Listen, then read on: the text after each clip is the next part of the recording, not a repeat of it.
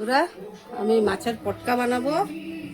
আর এই যে ডুমু ডুমু করে ছোট ছোট আলু কেটে নিচ্ছি চোকলা শুদ্ধা, যাতে আলুটা না গলে। আলুটাকে আমি লাল লাল করে ভাজিয়ে নেব।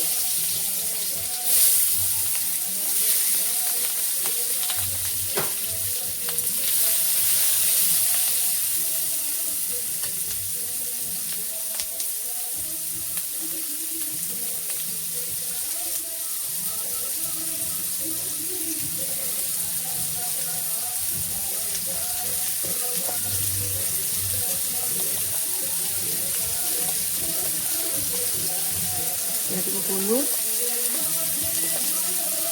হলুদটা এটা আমি লাল লাল ভাজে নিব। লাল লাল ভাজে নিয়ে এইভাবে রাঁধবি পটকাটা। দেখেন এই যে মাছের পটকা, এই যে পটকার মধ্যে দিয়ে দিচ্ছি আজকে পেঁয়াজ বাটা দেবো, পেঁয়াজ আর লঙ্কা বাটা আর টমেটো, এই যে কুচায় দিচ্ছি টমেটো।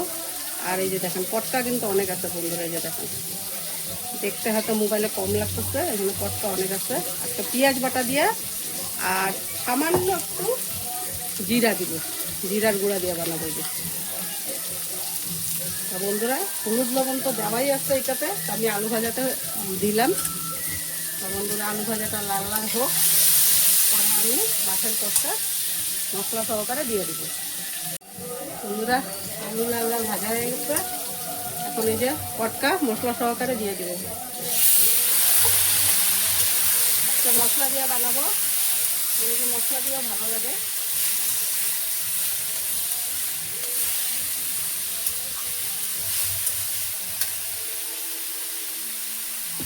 মশলা ধরে জল টুক দিয়ে কষায় দিই, ওরা একটু জল দেবো। বন্ধুরা মাছের পটকা কেটে ভালোবাসেন আমাদের কমেন্টে জানাবেন।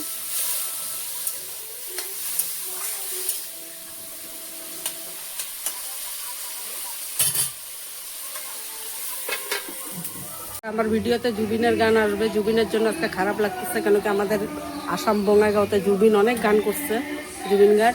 তবে জুবিন গান নাই, সবারই খালি খালি লাগবে। বিয়ে ফাংশন জানি না কেমন হবে, আশা করি ভালো হবে না, কেন কি ও অন্যরকমই ছিল গায়ক। খুব খারাপ লাগতেছে আজকে গানটা শুনে।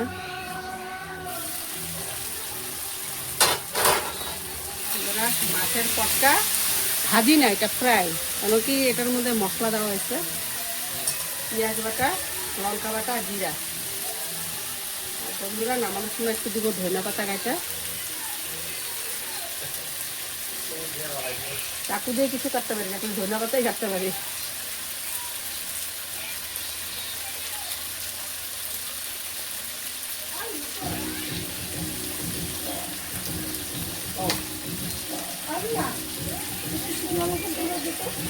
গুঁড়া নাই, গোটা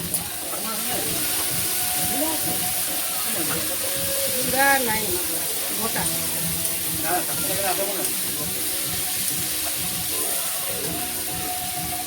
গুঁড়া সামনের থেকে দেখাই, মাছের পটকা হয়ে গেছে, গ্যাস নিভাইছি। এই দেখেন পেঁয়াজ বাটা দিয়ে মাছের পটকা ফ্রাই। কারা কারা ভালোবাসেন আমার কমেন্টে জানাবেন। এই যে দেখেন আলু দিয়ে মাছের পটকা। বন্ধুরা মাছের পটকা কেমন হলো কমেন্টে জানাবেন, ভালো লাগলে লাইক শেয়ার সাবস্ক্রাইব করে দিবেন, আর বেশি বেশি করে আমার ভিডিওটা শেয়ার করে দিবেন। তো বন্ধুরা আজকে দুপুরে আমি এতটুকু রাখি, বাই বাই।